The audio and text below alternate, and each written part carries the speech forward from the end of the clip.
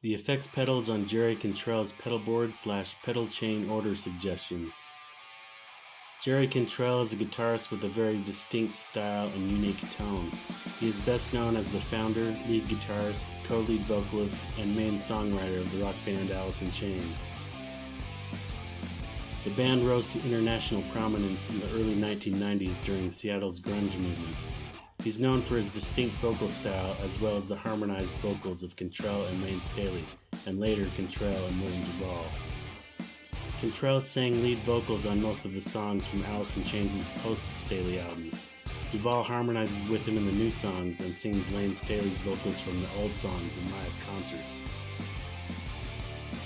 In this video, we will go over some of the pedals that have been known to be found on Jerry's pedal boards over the years.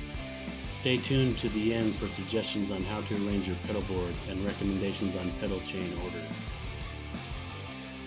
The Dunlop Jerry Cantrell signature Crybaby wah is a good pedal to start with.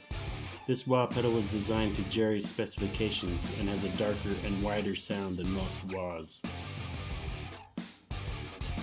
You'll love how it keeps your bottom end tight and punchy when you're in the heel down position. A custom side control knob lets you adjust the wah's high end to get the amount of cut you want on the toe down frequency. The latest version of this signature Crybaby wah comes with a distressed black finish and custom tribal orchid treadle. The EVH 117 flanger is a pedal that has been in Jerry's arsenal for a number of years. It allows you to replicate the legendary tone that was used for some of the most classic Van Halen songs. This incredible stomp box employs the same bucket brigade technology that provided the sweeping, whooshing effects that many guitar players love. This pedal also includes the EVH switch, which instantly summons Eddie's Unchained sound using the same manual width, speed, and regeneration settings he used to achieve one of the greatest guitar tones of all time. Jerry has used the MXR EVH 117 for playing live and recording in the studio. Next up on the list is the MXR M288 Bass Octave Deluxe pedal. Jerry has always been on the lookout for cool and creative ways to tweak his tone. This dual voice octave pedal offers analog tones with true bypass and is a tone shaper's dream. The dry knob on the M288 Bass Octave Deluxe blends your direct bass signal with the octave effect, adding up to 15 decibels of mid-range punch. Aside from the dry control, the M288 Bass Deluxe has two additional knobs, growl and girth, which add additional mid-range and low end to your tone. This brings us to the Eventide Time Factor, which is a versatile dual delay pedal with dedicated mix, time, and feedback controls for the two independent A and B lines.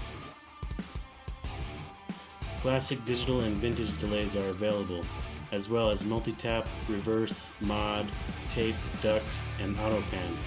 Each effect has its own tempo subdivision for creative rhythmic echoes and can operate in stereo, dual mono, and straight mono. The Eventide Time Factor also includes a looper function.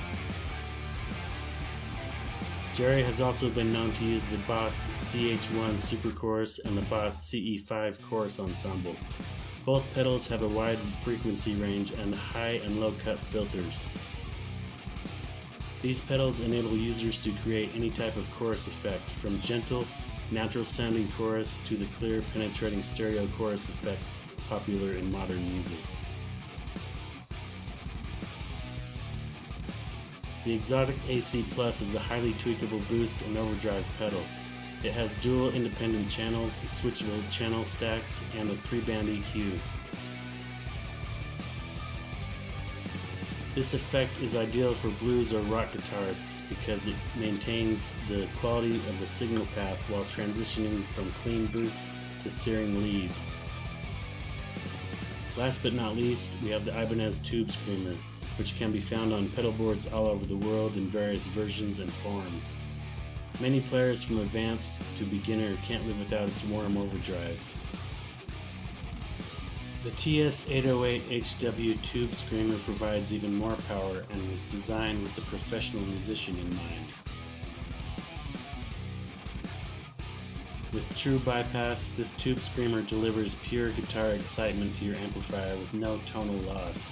By far the most advanced tube screamer pedal Ibanez has ever produced.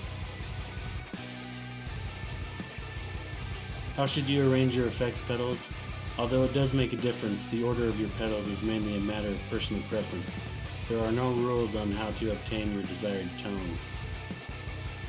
You simply need to consider what each effect does and how it interacts with other pedals on your board. What works the best for you may not be ideal for someone else, and vice versa. Guitar pedals are arranged from right to left. Effects that have the greatest impact on the overall tone should be placed at the beginning of the signal chain.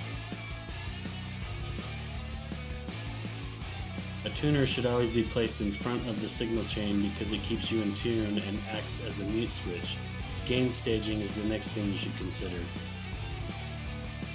This refers to overdrive, distortion, fuzz, and compressor pedals. These are the first to receive the signal from the guitar, and they influence the gain at the cleanest location within the signal chain. Overdrive pedals are dynamically sensitive, so your tone can become more or less saturated depending on whether you play heavier or softly. As a result, overdrive and distortion pedals should be placed in front of other effects that are less susceptible to dynamics, such as delay. This is why it is recommended that you place your delay pedal after an overdrive or distortion pedal. You may lose some dynamic range if you use a delay pedal before your overdrive pedal. It's simply a good idea to consider how the pedals interact with one another. Then there are filter effects. EQ pedals are among them, wah-wah and envelope filters. Their tones vary depending on whether they come before or after the gain staging.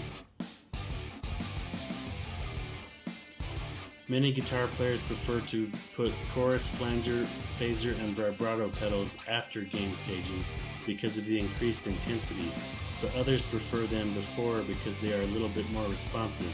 It is advised that you try both and see what sounds best to your ear.